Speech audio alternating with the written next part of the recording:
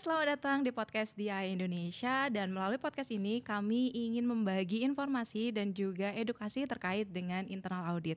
Jadi rekan-rekan internal auditor dimanapun berada, teman-teman bisa mengakses informasi ini. Dan untuk episode perdana ini saya nggak sendiri karena saya bersama rekan saya ya di sebelah sana. Dan biar nggak bingung nih siapa sih yang lagi ngobrol di depan, saya akan memperkenalkan diri dulu mungkin ya. Jadi saya Nurim Ratun Solihat, biasa dipanggil Iim, dan saya bekerja di salah satu kementerian. Rekan saya di sebelah sana boleh mungkin memperkenalkan diri? Hai semuanya, nama saya Bella Haki. Sekarang saya bekerja di salah satu perusahaan konsultan terkait dengan GRC.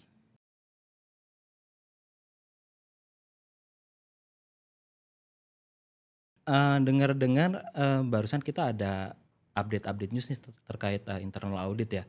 Ada barusan muncul standar baru. Mbak Im tahu nggak tuh? Oh, pasti rekan-rekan internal auditor juga udah denger ya bahwa kita baru saja nih di IAM menerbitkan The Global Internal Audit Standards. Dan mulai aktifnya kapan sih Mas? Kayaknya baru terbit 9 Januari tahun ini ya, tapi aktifnya nanti masih tahun depan. Oke. Tapi mungkin kalau internal audit function ini ingin mulai menerapkan dari tahun sekarang juga itu di-encourage ya. Harusnya Jadi sih boleh ya. harusnya malah justru ini akan mempermudah kita untuk transisi ke GIAS ini. Kalau menurut Mbak yang rada berbeda dan menarik dari new standard itu apa ya? Oke, jadi yang menarik adalah ada dua nih. Jadi ternyata ada pengaturan terkait dengan small internal audit. Karena selama ini kan kita bingung nih kalau kita internal audit function yang kecil tuh gimana sih kita bisa mengimplementasikan standar. Terus yang kedua juga sebagai orang yang bekerja di sektor publik, saya juga tertarik nih sama pengaturan terkait dengan organisasi sektor publik. Karena ternyata kan memang ada perbedaan ya antara sektor publik dan sektor private. Terus sekarang udah ada pengaturannya, jadi saya senang banget. Nah kalau dari sisi Mas Bella nih, ada hal yang menarik nggak? Ada sih, karena lumayan berbeda ya dengan IPPF yang lama. Sekarang kan kita nyebutnya GIAS ya. Nah kalau di GIAS sekarang ada satu sub seksi sendiri yang menjelaskan terkait dengan ekspektasi dari board dan direksi. Dan itu cukup membantu sih bagi internal audit supaya kedepannya kita bisa lebih proaktif nih untuk mengencourage atasan kita, board atau direksi tadi mengelainkan dengan standar yang baru ini kayak gitu untuk ekspektasinya gitu sih Mbak. Iya, jadi menarik ya. Jadi nanti partisipasi dari masing-masing pihak juga mulai bisa di enhance lagi, lebih makin bisa gimana sih kita membantu peran internal audit ini supaya bisa berjalan lebih sukses. Oke, tapi biar lebih menarik nih, kan topik kita hari ini nih adalah tentang internal auditor.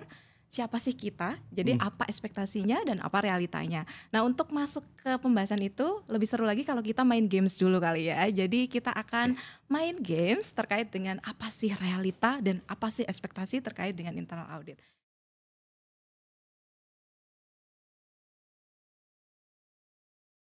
Jadi saya ada beberapa pertanyaan nih Mas, kita akan lihat. Apaan tuh Mbak? Jadi ini ada list pertanyaan, ekspektasi. Kita nggak Yeah. tahu pertanyaannya apa. Ini udah disusun sama kru. Jadi kita akan saling nanya nih. Mungkin kita saling nanya dulu. Siapa mau Mas Bella dulu? Boleh saya dulu. Ini berarti saya ngambil aja dulu ya. Aduh, hadiahnya apa jadi- nih kalau bisa jawab? Oke.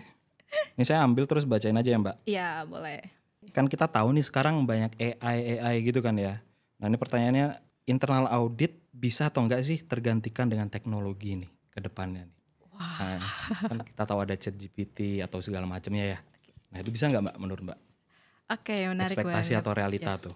Oke, menarik ya. Jadi kalau kita ngomongin teknologi terbaru, emerging technologies, gitu banyak profesi yang kayaknya mulai ketar-ketir nih akan bisa nggak digantikan oleh teknologi. Tapi gini yang bisa saya sampaikan pendapat pribadi saya. Jadi fungsi internal audit ini bagian yang mungkin manual tasknya itu akan bisa digantikan gitu. Tapi untuk decision makingnya nanti ya kan ada proses penyelesaian masalah yang kompleks gitu ya.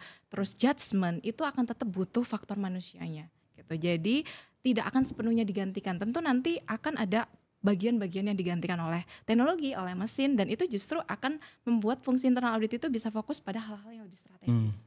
Jadi saya pikir justru ini menarik ya, dengan teknologi nanti kita bisa lebih memberikan nilai tambah karena kita bisa fokus sama area-area yang lebih beresiko dan area-area yang lebih strategis. Jadi Gitu. bukan menggantikan tapi mengenhance malah ya. Yes, right. Meningkatkan Jadi fungsi internal audit. Jadi kita bisa memanfaatkan teknologi untuk membantu kita deliver service kita gitu ya Mbak. iya bener banget. Jadi harapannya justru kita lebih bisa merangkul teknologi, bukan jadi takut gitu ya sama teknologi, tapi gimana sih fungsi kita ini nanti bergandengan tangan sama teknologi.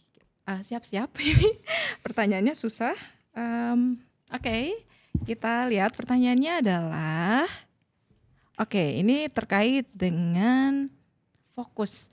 Jadi kalau kita ngomongin internal audit kan ternyata ada banyak hal yang harus kita kerjakan ya. Jadi kita harus pilih fokus nih. Nah, gimana sih menurut pendapat Mas Bella? Apakah fungsi internal audit ini fokusnya bisa sejalan sama auditi? Dan kalau enggak, gimana gitu?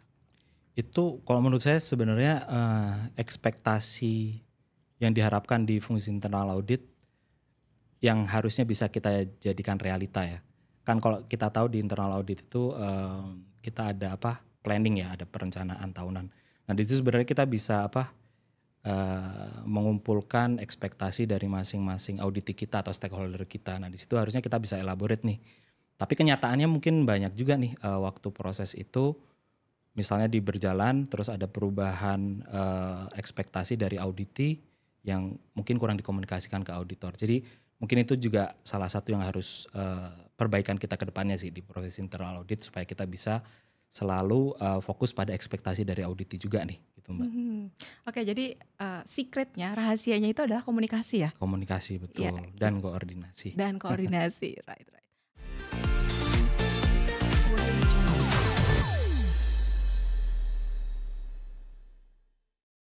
Terkait perubahan nih, mungkin tadi mirip juga nih kayak pertanyaan yang sebelumnya tuh. Kan tadi kayak ekspektasi dari auditi kadang berubah nih.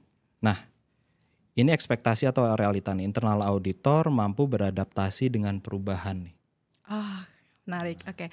Terima kasih. Jadi kalau semua profesi rasanya ya itu harus mampu beradaptasi kalau nggak mau tergantikan gitu atau nggak mau pekerjaannya jadi hilang gitu. Jadi tentu pekerjaan internal auditor ini orang-orang di dalamnya harus melihat scanning apa sih yang terjadi di luaran sana supaya kita bisa beradaptasi. Ada perkembangan teknologi apa? Ada resiko-resiko baru apa yang perlu kita identifikasi gitu ya. Jadi sebagai internal auditor saya rasa kita perlu banget nih untuk update sama perubahan supaya kita bisa naruh positioning kita dengan tepat di organisasi. Dan kita bisa ngasih insight ke organisasi kita juga apa sih resiko yang sedang terjadi, apa sih teknologi-teknologi yang sedang berkembang di luar sana gitu. Jadi saya rasa ini realita atau tidak itu tergantung kitanya mau beradaptasi apa enggak. Tapi yang jelas itu memang butuh effort ya, butuh usaha untuk kita bisa beradaptasi dengan perubahan. Tentunya berarti kita harus terus ngembangin diri juga ya. Right. Ya itu kenapa di profesi juga kita kenal namanya professional development ya, yang continuous karena kita memang diharapkan untuk terus berkembang. Jadi kita akan menuju pertanyaan yang terakhir dan ini kita lihat ya pertanyaannya terkait dengan ini kayaknya cocok nih sama Mas Bella. Ini realita atau ekspektasi aja kalau internal auditor itu adalah trusted advisor? Kayak sama kayak jawaban sebelumnya. Ini sebenarnya ekspektasi kita yang mudah-mudahan bisa jadi realitas juga. Kan kalau kita tahu trusted advisor, ada trusted, ada advisor ya. Yang pertama kalau kita mau bisa dipercaya pasti kita harus ngembangin dulu diri kita nih, kompetensi kita harus ada dulu. Terus biasanya dari sisi trusted pasti kan orang lihat dia objektif atau enggak ngasihnya. Nah kebetulan semuanya itu udah ada nih di internal audit. Kita bisa objektif dan kita juga dituntut untuk terus ngembangin diri kompetensi. Nah jadi harusnya bisa tuh kalau kita ngelakukan itu ya. Comply terhadap hal tersebut untuk bisa jadi trusted advisor. Menarik, jadi kuncinya tadi adalah pertama kita tuh kompeten dan yang kedua tadi objektif. Menarik banget, itu emang dua kata kunci yang ada di internal audit. Oke, kayaknya games kita udah cukup, kita sekarang masuk ke bagian selanjutnya yaitu kita akan tanya jawab atau diskusi.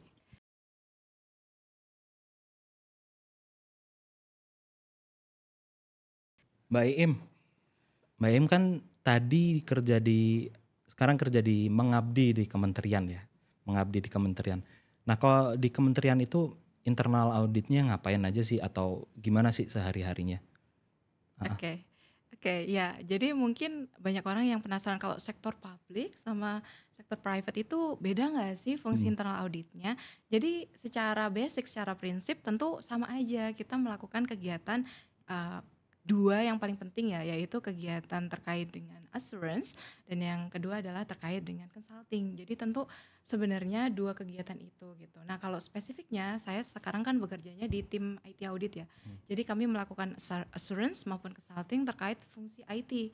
Jadi bagaimana sih teknologi di tempat saya, di kementerian tempat saya bekerja ini bisa mendukung tujuan organisasi. Karena pada prinsipnya teknologi itu bukan berjalan sendiri, tapi dia harus mendukung bagaimana proses bisnisnya.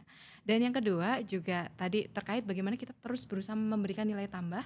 Jadi misalnya ada proyek-proyek yang penting terkait IT, pengembangan sistem yang besar misalnya kita bisa mengassist gitu ya, memberikan bantuan dari sisi consulting. Jadi ngasih insight nih apa resikonya, apa pengendalian yang perlu diterapkan.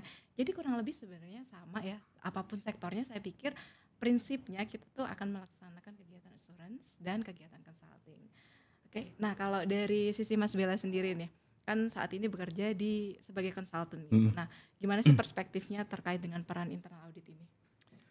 Sama aja sih sebenarnya. Mirip, bukan sama aja. Mungkin mirip, ada perbedaan sedikit, tapi kebanyakan sama karena kan kita diregulate sama standar yang sama ya. Jadi cara kerja kita juga udah mengacu ke standar tersebut.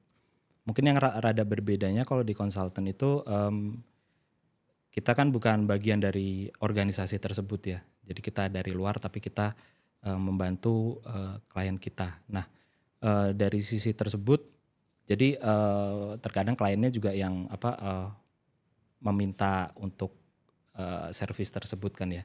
Ya sebenarnya sama aja Mbak, mirip apa yang dikerjain di konsultan sama kementerian atau mungkin di private sector ya. Karena kan kita udah diregulasi oleh standar yang sama ya. Jadi udah ada standar gimana internal audit itu di-expect untuk melakukan jasanya kepada organisasi. Nah mungkin sedikit perbedaannya cuman kalau di konsultan itu kita bukan bagian dari organisasi ya. Jadi kita dari luar dan requestnya itu datangnya dari klien kita gitu ya. Mungkin cuman itu aja sih perbedaannya, tapi kalau secara cara kerja kemudian fokus yang kita review terkait governance, risk management sama internal control itu sama aja sih gitu Mbak. Oke, jadi apapun sektornya sebenarnya pada prinsipnya kita tuh ingin memberikan nilai tambah. Kita men-sustain nilai yang ada di organisasi, melindungi nilai di organisasi gitu ya. Jadi apapun rasanya kayaknya nanti rekan-rekan di luar mungkin juga sektornya berbeda-beda gitu ya, tapi pada prinsipnya kita tuh sama gitu Harusnya ya. sama. Harusnya sama gitu. Oke. Nah, sekarang mungkin itu kan tadi perspektif kita sebagai auditor nih. Nah, kalau perspektifnya auditi sendiri gitu ya. Kira-kira ngelihat kita tuh gimana sih melihat peran dari internal auditor itu kayak gimana ya kira-kira? Sama nggak ya kayak tadi gitu? Ya sebenarnya menarik nih Mbak kalau kita ngobrolin terkait perspektif dari auditing ngelihat auditor ya. Pasti kan kalau kita tahu selama ini ngelihat audit itu nganggapnya di audit nih dia biasa resistance. Kalau kita tahu ada kayak istilah watchdog gitu ya, lebih resistance. Tapi ya balik lagi nih ke harapannya, sebenarnya kan kita tadi Mbak Im juga sebutin kan ya terkait kita harusnya bisa menuju ke trusted advisor tuh. Nah jadi ya itu ekspektasi dari auditor. Jadi juga jangan sampai kita terjebak di assurance-nya aja nih, tapi kalau bisa kita juga advice atau kasih consult atau advice yang memberikan nilai tambah bagi auditingnya gitu. Kalau Mbak Iim sendiri gimana di kementerian? Juga kayak gitu nggak? Ya, jadi kalau perspektif auditi tentu tergantung pada fasenya ya. Mungkin di awal-awal kan masih fase watchdog biasanya. Jadi ada perspektif bahwa peran internal audit ini cuma nyari-nyari kesalahan. Ini mah dia ngerepotin aja, cuman mau nyalah-nyalahin kita gitu ya. Jadi pasti perspektif di awalnya audit itu melihat bahwa peran internal auditor ini adalah peran yang menakutkan gitu ya. Bukan temen nih, bukan sahabat, kita nggak satu organisasi. Padahal kita sebenarnya ada di satu organisasi yang sama. Nah terus kita ada pergeseran paradigma nih. Jadi mulai ada yang namanya tadi trusted advisor. Terus kita juga ke depan nih ada yang namanya value driver. Jadi kita harapannya bisa ngasih nilai sebesar-besarnya untuk organisasi. Dan itu sebabnya ketika kita ngomongin perspektif auditi tentu sekarang mereka bisa melihat nih kita sebagai rekan, kita sebagai mitra, kita sebagai sahabat yang sama-sama punya tujuan yang sama untuk bisa membantu tercapainya tujuan organisasi. Jadi auditor di sana itu bukan sekedar kok kesannya dia tuh mau nyalain aja gitu. Bukan, kita tuh sama-sama punya tujuan untuk bisa berkembang bareng-bareng kok. Kita mau mencapai tujuan yang sama, kita juga sedang menghadapi resiko tentu saja, jadi tentu harus di-manage ya resikonya, dan juga pengendaliannya juga di-manage. Jadi tentu dari perspektif auditi ada harapan besar bahwa GRC-nya mereka itu akan bisa semakin baik dengan adanya internal auditor. Tentunya dengan peran yang lebih bersahabat sama mereka gitu ya. Kedepannya tentu kita nggak bisa nih jadi cuman ngawasin dari sisi watchdog, tapi juga tentu harapannya bisa berperan lebih lebih negosiatif gitu ya. Kita lebih bisa bersama-sama bergandengan tangan dengan auditi untuk bisa mencapai tujuan dari organisasi.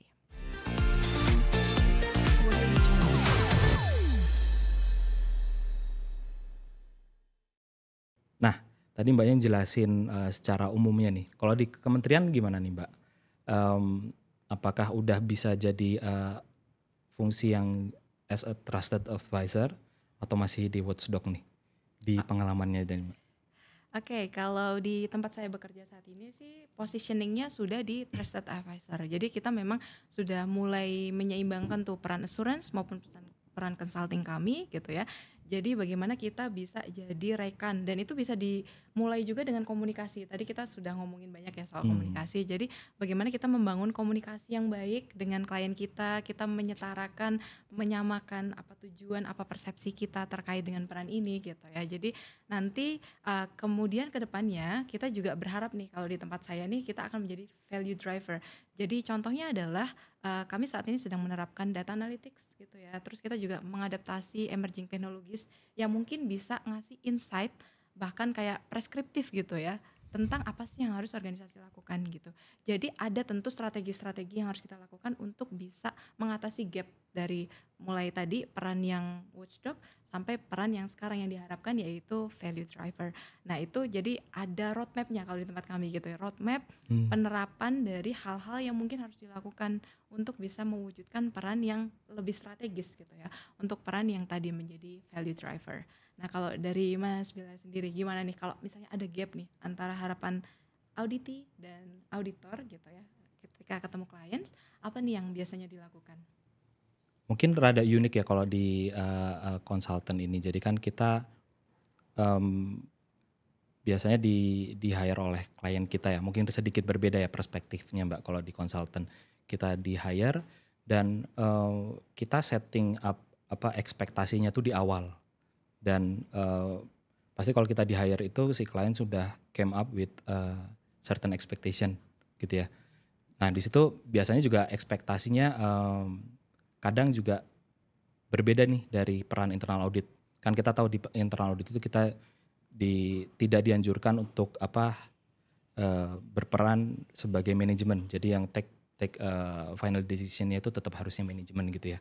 Nah di situ tuh jadi ekspektasi antara klien terhadap service internal audit itu harus kita satuin dulu tuh.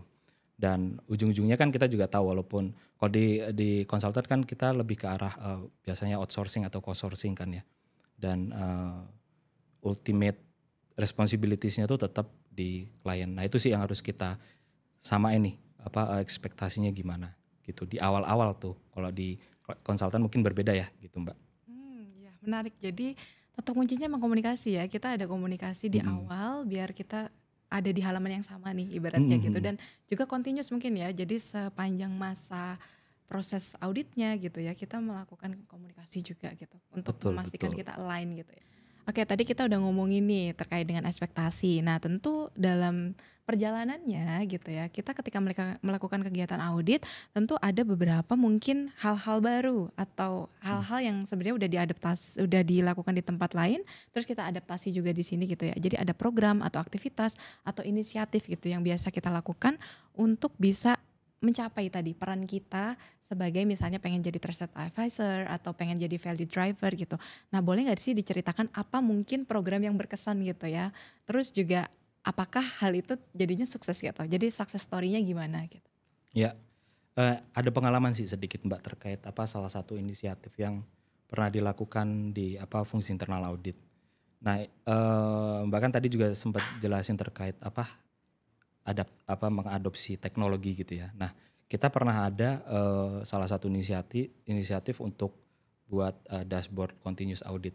Kalau teman-teman tahu ya dashboard continuous audit. Nah di situ kita udah buat kayak use cases kayak gitu, skenario-skenario, eh, dan ujung-ujungnya dashboard ini sampai dipakai oleh first line-nya, oleh siapa business owner-nya. Dan ujung-ujungnya juga bisa menjadi early warning system nih bagi mereka. Jadi inisiatif yang kita pakai ujung-ujungnya malah digunakan oleh first line untuk supaya mereka bisa prevent nih, nggak cuma dari internal audit yang detektif terus ngejar-ngejar si first line-nya. Kalau dari Mbaknya ada di kementerian inisiatif yang seperti itu? Sama persis sih kayaknya kita, jadi di tempat saya juga kita ngembangin continuous audit sama gitu ya. Jadi salah satu mungkin case yang digunakan dan paling sukses mungkin ya, jadi success story-nya adalah penggunaan review laporan keuangan. Jadi bagaimana review laporan keuangan itu dilakukan menggunakan sistem gitu ya. Jadi kita menganalisis datanya langsung mengalir ke dalam sistem dan langsung dianalisis secara real time. Jadi nanti bisa muncul tuh anomali-anomali, jadi kita bisa berfokus pada area-area yang tadi udah anomali. Bukan kita scanning semuanya gitu ya, ibaratnya kayak kita baru menebak-nebak kira-kira resikonya di mana ya. Tapi ini udah langsung ada daftar resiko, kita tanam ke dalam sistem dan sistemnya nanti mengeluarkan ini loh yang tidak sesuai atau ini loh yang masih beresiko dan ini perlu dikonfirmasi tentu saja ya.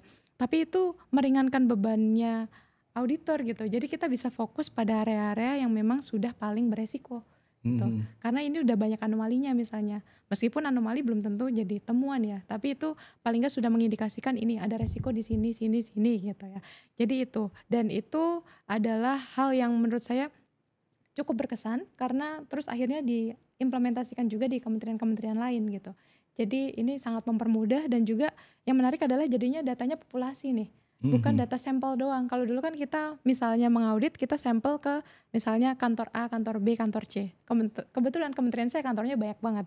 Jadi sekarang udah bisa tuh semua populasi datanya itu dilihat dan bisa diaudit langsung gitu ya dengan sistem tersebut. Nanti kita berfokus pada anomali-anomalinya saja seperti itu. Nah kalau tadi kita ngomongin terkait ekspektasi realitas, terus sempat kita ada gap ya Mbak Im. Kalau dari segi hambatan nih, dari hambatan, bisa share nggak sih Mbak hambatan-hambatan apa yang pernah Mbak alamin supaya bisa memenuhi ekspektasi peran dari internal audit nih gitu, mungkin dari pengalamannya. Oke, tentu hambatan pasti ada ya. Ketika kita mau mencapai sebuah tujuan, pasti ada resiko, ada hambatan, ada masalah gitu ya. Dan hambatan yang biasanya sering dihadapi mungkin ketika kita berhadapan sama klien tadi, bagaimana kita menyamakan persepsi sih supaya kita ada di halaman yang sama terkait dengan misalnya resiko.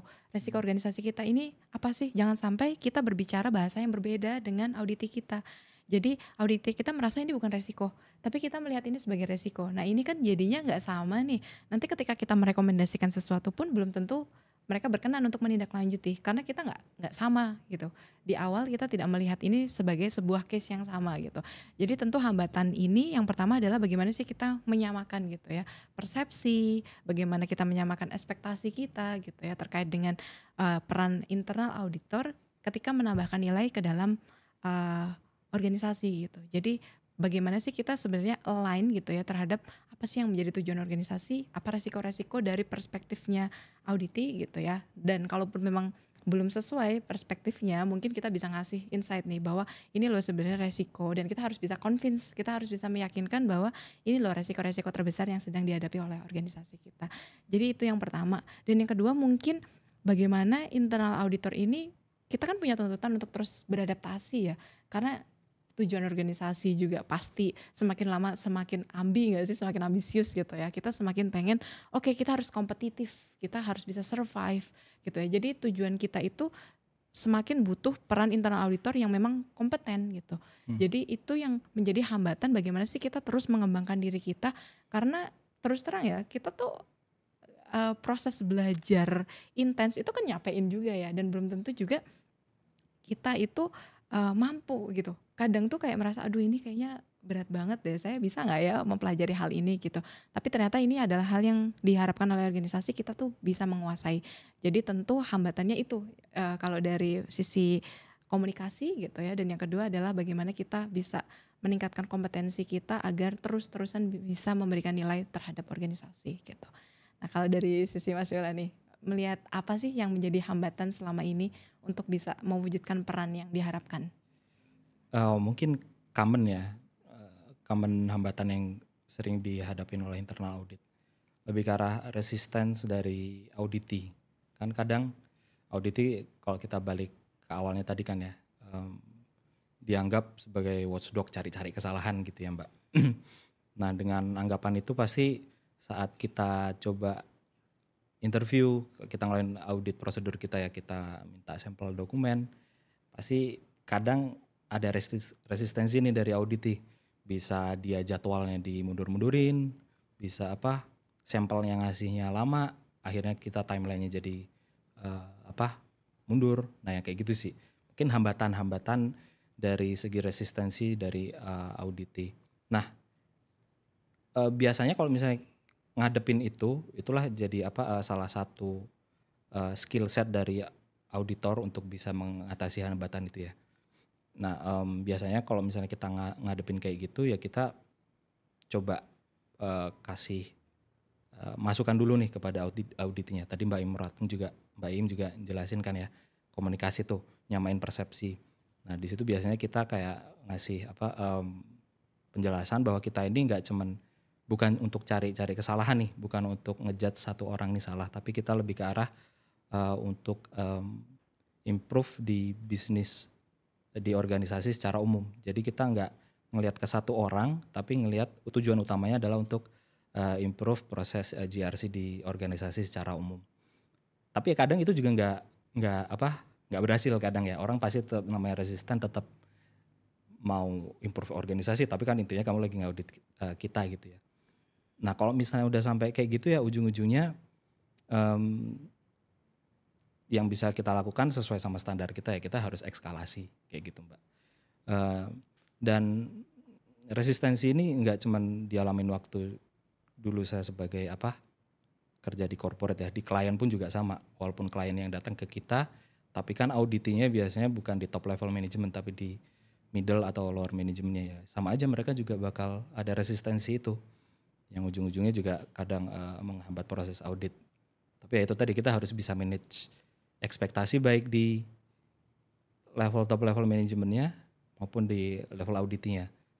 Kalau misalnya nggak kayak gitu kan kita tiap hari komunikasinya dengan si auditinya ini kan ya. Kalau kita mainnya langsung apa-apa ekskalasi, ujung-ujungnya pasti nanti hubungan kita dengan mereka nggak akan bagus. Dan ujung-ujungnya mereka juga bakal ngerasa dijudge. Jadi eskalasi itu udah kayak jurus terakhir lah Mbak gitu. Kalau bisa kita ngobrol di tengahnya. Mirip sih kayak Mbak yang Iim tadi jelasin. Ya jadi ada seninya ya gimana kita tetap menjaga hubungan baik gitu ya sama klien gitu. Tapi tentu kita pengen tetap bisa mencapai tujuan. Dan itu kita emang pengalaman gak sih Mas, itu akan mendewasakan kita untuk bisa nyari gimana sih polanya supaya kita bisa mewujudkan hubungan yang baik. Tapi sekaligus kita bisa mencapai tujuan dari audit kita.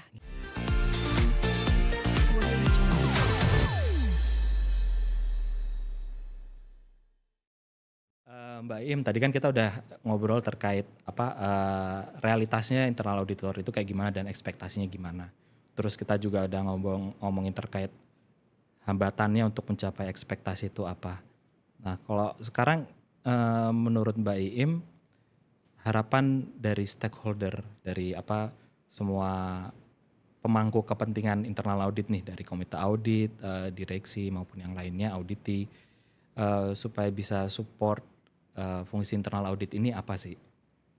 Oke, menarik. Jadi tadi kita udah ngomongin hambatan ya, ada banyak hambatan yang mungkin dihadapi oleh fungsi internal audit. Dan apa sih harapan kita gitu ya sebagai fungsi internal audit agar para stakeholders ini bisa lebih berperan ya dalam mewujudkan juga tujuan kita yang pada akhirnya kita juga mau support tujuan organisasi gitu. Jadi menurut saya tentu ada clarity. Yang pertama itu harus ada kejelasan gitu. Sebenarnya apa sih yang mau dituju sama organisasi? Para stakeholders itu tuh punya ekspektasi apa sih gitu ya. Jadi ketika kita bisa tahu apa ekspektasi dari masing-masing, mungkin dari komite audit, board, auditi gitu ya, senior management, terus juga mungkin pihak-pihak assurance provider lain, maka kita akan jadi bisa tahu nih sebenarnya apa sih yang lebih pas untuk kita lakukan gitu. Jadi biasanya kita tuh susah tuh nemukan kejelasan apa sih sebenarnya dari harapan stakeholders ini tuh persisnya tuh maunya apa gitu. Jadi dengan sekadar kita mempelajari tujuan organisasi itu kan belum tentu itu semua perspektif dari stakeholders itu tercapai gitu. Tapi gimana sih kita bisa gather gitu ya, kita bisa mengumpulkan perspektifnya stakeholders apa supaya kita tahu nih positioning kita paling pas itu seperti apa, jenis peran apa yang harus kita jalankan gitu ya. Jadi jenis peran apa yang ingin kita lakukan gitu. Terus juga area audit apa saja yang mau kita cover, itu kan sebenarnya itu bisa datang karena kita punya kejelasan nih, punya clarity atas apa yang ingin dicapai oleh organisasi, apa yang menjadi harapan dari para stakeholders gitu ya. Jadi bagaimana sih mereka bisa mendefinisikan dengan clear gitu ya, apa yang menjadi ekspektasinya mereka, apa yang menjadi harapannya mereka terhadap fungsi internal audit gitu. Terus juga tentu kalau kita ngomongin misalnya tentang board dan sebagainya, kita bisa ngomongin bahwa bagaimana sih mereka bisa mensupport dari sisi independensi, bagaimana kita bisa meletakkan fungsi internal audit ini sebagai fungsi yang independen gitu ya. Karena itu kan salah satu kuncinya, kita bisa independen, itu baru kita bisa menjalankan fungsi kita dengan sebaik-baiknya gitu. Dan tentu support-support yang lain ya Mas, misalnya kita kayak ada tentu bagaimana sih supaya internal audit bisa berkembang, tentu itu butuh anggaran juga gitu ya. Jadi tentu support-support yang supaya internal audit itu bisa berkembang itu nggak bisa jalan sendiri, kita butuh dukungan dari pihak-pihak terkait gitu. Nah kalau dari Mas Bella nih, gimana melihatnya? Ini mirip kayak apa yang sekarang perkembangan di new standard kita ya, di GIAS kan sekarang kita udah ada kayak section yang mungkin yang tadi di awal kita ngobrol ya Mbak, ada apa new section terkait expectation dari beberapa key stakeholder kayak apa dari komite audit, dari senior management atau kalau di Indonesia dari direksi gitu ya. Nah sebenarnya kita bisa lihat tuh di situ ekspektasinya sekarang udah clearly defined di di GIAS yang baru ya Mbak. Tapi kalau di sini mungkin yang saya coba garis bawahi bahwa yang ada di standar itu mungkin ekspektasi, tapi ujung-ujungnya menurut saya kita yang harus proaktif nih, kita yang harus proaktif untuk ngobrolin, ngulik harapannya internal auditor dari stakeholder itu apa sih. Kita yang harus coba proaktif supaya kita juga nggak nunggu-nunggu juga nih dari mereka. Misalnya kalau tadi Mbak Im jelasin terkait budgeting segala macam. Nah itu kita yang harus proaktif coba jelasin bahwa misalnya budgeting dari internal audit itu budget A itu penting karena apa. Jadi jangan cuma kita pasif nunggu dari stakeholdernya, tapi kita juga bisa proaktif untuk kasih justifikasi yang jelas gitu sih Mbak ke mereka. Jadi two way communication lah. Jadi nggak cuma kita expect dari stakeholder, tapi kita juga bisa proaktif untuk gali dan kasih penjelasan ke mereka gitu. Oke, menarik ini sejalan sama satu artikel yang pernah saya baca nih. Jadi ini diterbitkan oleh DIA, tapi saya lupa siapa penulisnya. Jadi dikatakan bahwa sebenarnya bagaimana sih pimpinan internal audit ini bisa mengkomunikasikan bagaimana internal audit itu memberikan nilai gitu ya. Jadi biar klien, biar komite audit, biar board, biar senior management juga tahu sebenarnya apa sih yang sudah ditambahkan oleh internal audit. Karena kalau kita nggak bisa mengkomunikasikan value yang kita berikan, itu juga supportnya bisa jadi kurang karena mereka nggak lihat apa sih sebenarnya fungsi, manfaat, dan benefit yang kita dapatkan dari adanya fungsi internal audit ini gitu. Dan kayaknya sudah cukup obrolan kita hari ini. Menarik banget bisa ngobrol sama Mas Bella terkait dengan apa sih internal audit itu dan apa ekspektasinya, apa realitanya. Tentu masih banyak yang bisa kita explore. Jadi tentu teman-teman bisa stay tune untuk melihat podcast kita selanjutnya karena kita akan terus explore materi terkait dengan internal audit. Dan sekian dari kami. Terima kasih untuk mendengarkan dan jangan lupa untuk subscribe channel ini supaya teman-teman bisa terus mengikuti podcast internal audit dari DIA Indonesia. Dan sekian dari kami, saya Nur Imratun Solihat. Saya Bella Haki Nasution. Kami mundur diri dan sampai bertemu di episode selanjutnya.